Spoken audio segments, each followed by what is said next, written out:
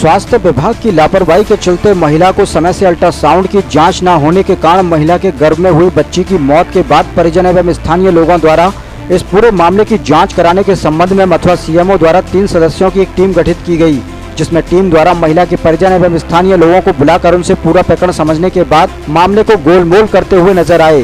Team के सदस्य जिसके संबंध में हमने स्थानीय लोगों से बात की गई तो उन्होंने बताया कि यह पूरा मामला स्वास्थ्य विभाग की लापरवाही के चलते हुआ है, जिसको लेकर एक मां के गर्भ में बच्चे की मौत हो गई। वहीं अब स्वास्थ्य विभाग के डॉक्टर इस पूरे प्रकरण को घुमाने में लगे हुए हैं। वहीं स्थानीय लोगों का कहना है कि हम चाहते हैं कि इस मामले की गंभीरता से जांच की जाए और दोषियों के खिलाफ कड़ी से कड़ी कार्रवाई की जाए। वहीं जब इस संबंध में डॉक्टर देवेंद्र अग्रवाल से बात की गई तो वह इस मामले को घुमाते नजर आए। देखिए, एक्चुअल में उन्होंने तो लिखित में कोई शिकायत नहीं करी है। जो मीडिया में खबरों का संज्ञान लेते हुए जिलाधिकारी महोदय ने हमारे सीएमओ साहब को लेटर लिखा। उसके उपरांत सीएमओ साहब ने हम 3 डॉक्टर्स की कमेटी बनाई है। तो उसी के संबंध में हमने बयान देने के लिए जो महिला थी उसके पति को बुलवाया था, लेकिन उस महिला के पति नहीं आ पाए किन्हीं कारणों की वजह से। उसकी जगह वहाँ के वार्ड नंबर 27 के मेंबर जो हैं दीपक गोला जी, वो और उनके पड़ोसी, क्या नाम था, रोहित शर्मा जी, ये दोनों उपस्थित हुए थे उसके महिला के पेपर्स लेकर, और उन्होंने लेकिन लिखित में कोई भी बयान देने से मना कर दिया। प्रथम दृष्टया क्या रहा कि लगभग काफी देर बात हुई है उनसे, क्या बताया है?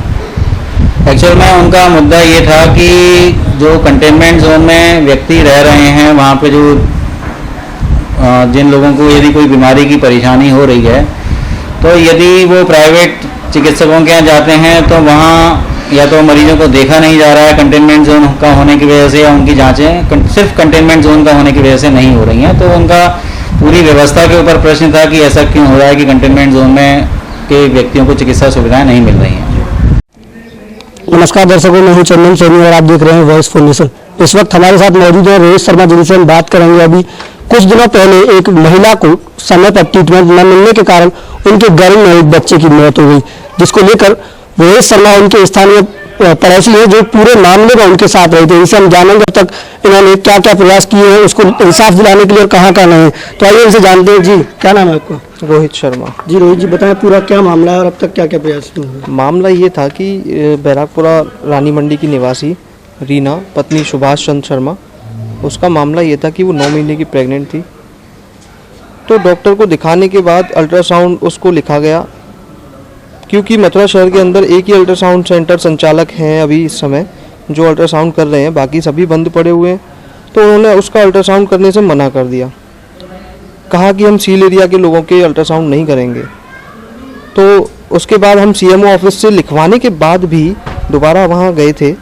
उसके बाद उसने फिर मना कर दिया कि हम सीएमओ का, आप सीएमओ से लिखवा के लाइए या सीएम से लिखवा के लाइए, हम नहीं मानेंगे क्योंकि प्राइवेट हॉस्पिटल है, हमारा है और हम अपनी मर्जी से ही इसमें अल्ट्रासाउंड करेंगे। तो मेरा सवाल ये था स्वास्थ्य विभाग से और सीएमओ से भी कि अगर सील एरिया के लोगों का इलाज नहीं हो रहा है तो इसमें कौन जिम्मेदारी लेगा? दूसरी बात, अगर सीएमओ की बात प्राइवेट सेंटर संचालक नहीं मान रहे हैं और सीएमओ उस पर कोई कार्रवाई देने से बच रहे हैं या नहीं कर पा रहे हैं, तो मैं समझता हूं कि स्वास्थ्य विभाग की इससे ज़्यादा लचरता और कहीं नहीं मिल सकती है। सील एरिया के लोगों के अधिकार नहीं है क्या? क्या उनको स्वास्थ्य सेवाओं से वंचित करना इस समय, वो भी आपदा के समय में? तो इस पर कार्रवाई होनी चाहिए। और जांच के विषय में ये कहूँगा, जो टीम गठित हुई है उसमें आज बयान दे के आया हूँ और उम्मीद करता हूँ जो नए सीएमओ आएंगे वो इस पर कुछ कड़ी कार्रवाई करते हुए। जब प्राइवेट हॉस्पिटल में इसकी जांच नहीं हुई तो क्या आपने जब सरकारी हॉस्पिटल में जांच कराने के प्रयास नहीं किए? ऐसा नहीं है कि हमने प्रयास नहीं किए, हमने पूरे शहर में प्रयास किए थे, लेकिन जो जिला अस्पताल है वहाँ लॉकडाउन के समय से ही डॉक्टर ना आने के कारण अल्ट्रासाउंड नहीं हो रहे थे। एक चीज़ और कहना चाहूँगा यहाँ पे, जो सीएमएस का कहना था कि आगरा से डॉक्टर न आने की वजह से अल्ट्रासाउंड नहीं हो रहे, शनिवार तक वहाँ अल्ट्रासाउंड नहीं हुए। और जब ये सारी घटना हो गई और मीडिया में हाईलाइट हो गया और हमने शिकायत वगैरह भी कर दी इधर उधर, तो उसके बाद सोमवार को सुबह ही डॉक्टर वहाँ हाजिर कैसे हो जाती हैं फिर, और उनको परमिशन संडे को ही कैसे मिल जाती है? ये एक बहुत बड़ा जांच का विषय है। ये पूरे प्रकरण में मिली भगत की बदबू आ रही है और इस पे जांच होनी चाहिए। जब वहाँ डॉक्टर नहीं थी तो आपके द्वारा जानने की कोशिश की गई होगी कि डॉक्टर कहाँ है, तो इस बारे में उन्होंने क्या कहा?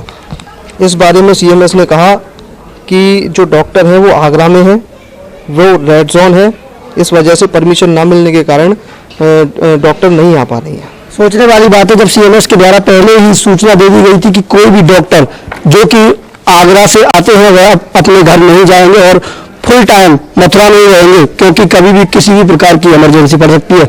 उसके बाद भी इतनी बड़ी लापरवाही कैसे रही? और भी हम जान रहे हैं, आज की जो मीटिंग हुई है उसको लेकर आपको क्या लग रहा है कि किस तरीके से मामले को घुमाया जा रहा है? देखिए, सील एरिया के लोगों के अधिकार के लिए हम लड़ रहे हैं। मामले को इस तरह से घुमाया जा रहा है कि कहीं ना कहीं हमें इसमें मिली भगत शामिल लग रही है, क्योंकि अगर सीएमओ ऑफिस या स्वास्थ्य विभाग उस प्राइवेट सेंटर संचालक के खिलाफ कोई कार्रवाई नहीं कर पा रहा है तो इसमें हम क्या समझ सकते हैं? फिर आज जो हमारे बयान हुए हैं उसमें टालमटोल की गई। जो 3 लोगों की वहाँ कमेटी गठित की गई थी वो 3 लोग उपस्थित नहीं थे, सिर्फ एक ही जो doctor CMO doctor Brajesh Khanna ji थे। तो पहले उन्होंने हमारे बयान लिए, उसके बाद में एक मैडम आई डॉक्टर जूही, फिर उन्होंने बयान लिए। मतलब 3 लोग थे तो तीनों ने अलग अलग तरीके से और अलग अलग समय पे हमारे बयान लिए वो एक साथ। और हमने उनसे रिक्वेस्ट भी की थी शुरू में कि जो भी टीम बनाई गई है वो एक साथ आए और एक साथ हमारे बयान ले, लेकिन ऐसा नहीं किया गया। उसके बाद फिर हमें सवालों के घेरे में डाल के हमें घुमाया गया। तो हमने उनसे भी ये कहा कि हमें इस तरीके की जांच में कोई इंटरेस्ट नहीं है। अगर आप भी अगर दोषी हैं तो आपके खिलाफ भी कार्रवाई होनी चाहिए और हम इसकी शिकायत उच्च स्तर पर करेंगे और उच्च स्तर पर न्याय की मांग करेंगे। एक तो स्वास्थ्य विभाग सभी मोबाइलों में कॉलर ट्यून लगा के लोगों को उच्च स्वास्थ्य की सेवाएं देने की बात कर रहा है, लेकिन वहीं हम बात करें मथुरा की तो आप मथुरा में देख सकते हैं किस प्रकार से यह एक बड़ा प्रकरण हुआ है।